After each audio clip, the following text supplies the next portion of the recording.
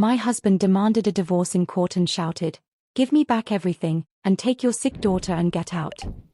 But at the final hearing, when I placed the evidence in front of the judge, even his lawyer started shaking. In that cold courtroom, where a soft white noise hummed through the speakers, my husband Mark suddenly stood up and shouted that sentence. "Give me back everything, all the money, and yes, your sick kid, take her and get out of my life." There was such strangeness in his tone that for a moment I felt he might be talking to some other woman. But no, his hands were raised in accusation toward me, and that child, my 7-year-old daughter Chloe, who had spent half her childhood in a hospital bed, was the one he was pointing at.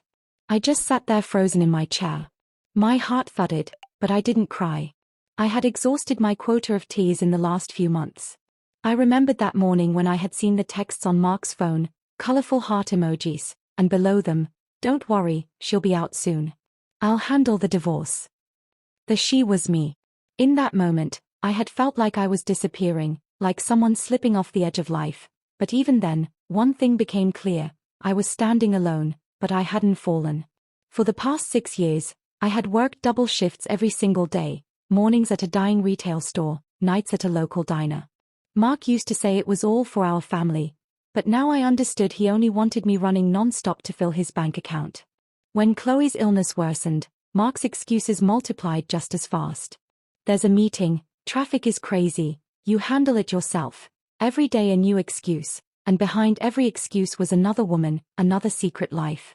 So when the judge flipped a page and said, "Mrs. Harper, it's your turn. Do you want to say anything?" Mark's face stretched into that same confident smile he used at the car dealership in front of customers. Like he already knew the game was rigged in his favor. His attorney straightened his tie, ready for some polished, predictable legal statement.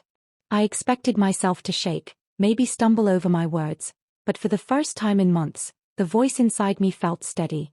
I leaned forward slightly and pulled out the blue folder from my bag. I heard Mark's breath hitch behind me. Maybe he sensed that inside that folder were the things I had quietly collected, through effort, through pain, and through the belief that one day, this moment would come. I placed the first sheet in front of the judge, weekly wire transfers from Mark's account to another woman. Then the screenshots of his messages, the same heart emojis.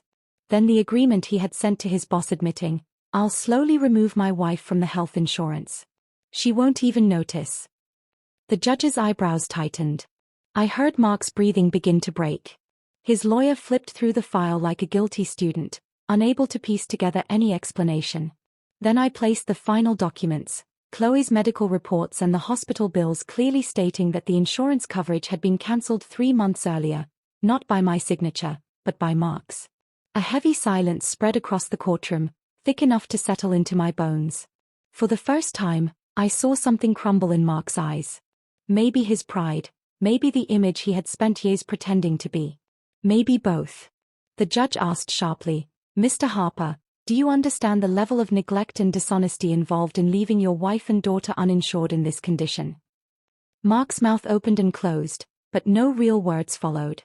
His voice had abandoned him. I had never been a woman with a strong voice. I had always spoken softly and endured loudly.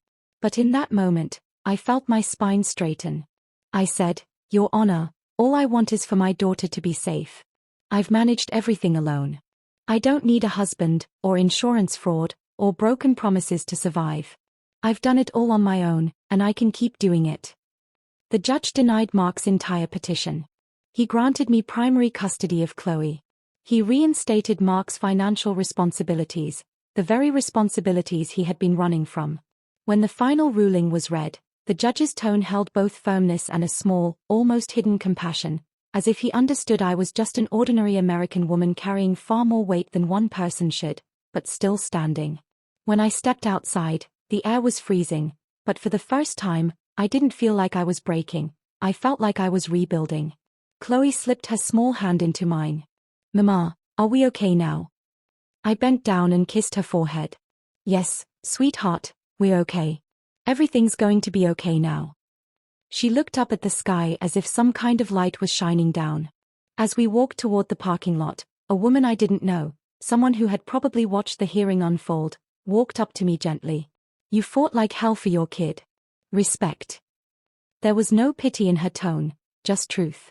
I thanked her, but inside I thought maybe this was one of those small American miracles, a brief, unexpected moment that lifts you just an inch higher when you need it most. That evening, after I tucked Chloe into bed, the house felt unusually quiet. The pain was still there, the exhaustion too, but something new had settled in, something I couldn't quite name. Like this life, for the very first time, belonged to me. I looked out the window, snow was falling, soft and steady. And in my heart, I said one thing: I'm never going back. Not ever. If this story moved you, please take a moment to like the video and subscribe to the channel. Your support helps these real, powerful stories reach more people who need to hear them. Thank you for being here, for listening, and for standing with voices that refuse to stay silent.